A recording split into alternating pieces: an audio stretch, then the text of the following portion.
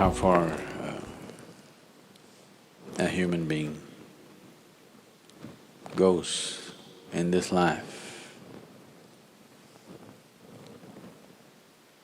materially, spiritually, or in whatever dimension, essentially depends on with how much energy he can crackle.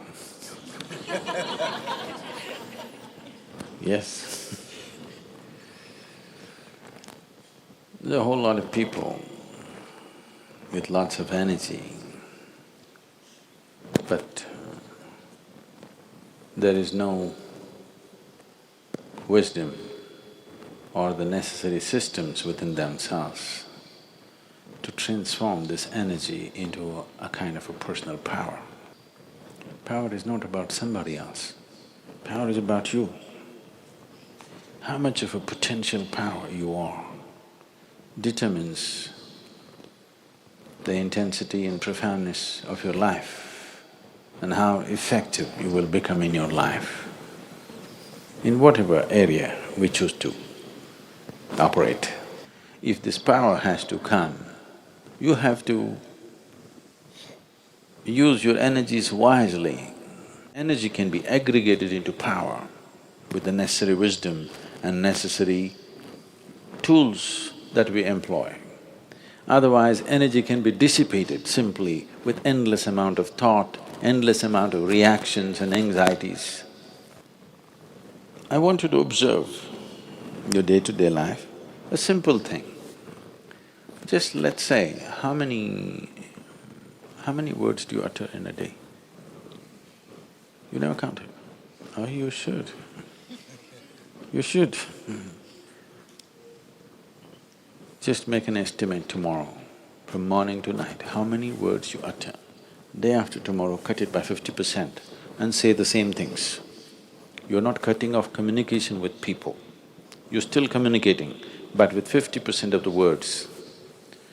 Your language skills will improve for sure, and you will see, you will develop so much of personal power within yourself.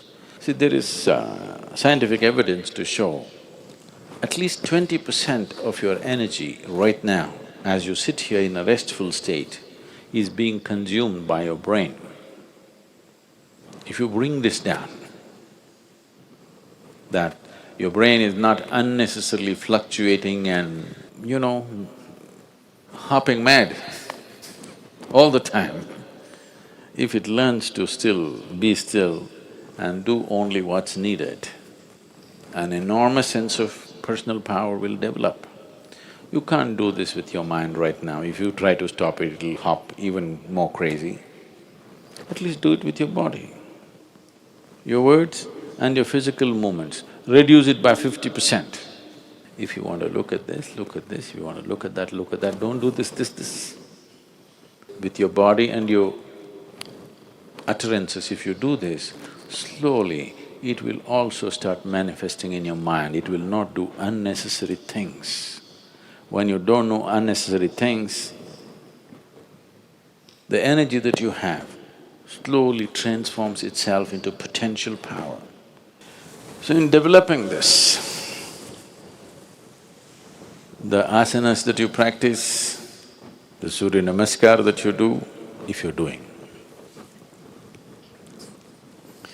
or whatever other kriyas and other things that you do, is essentially to develop this power. This should not be dissipated in unnecessary action. Right now you cannot curtail the number of thoughts you're having in your mind. That also can be, if you just bring in a reverberation within you, a simple mantra. If this is going away crazy, simply chant for some time, create a certain reverberation. You will see it will generate enormous amount of personal power. Without this power within you, you will not break through dimensions of life. Life, right now, for most people,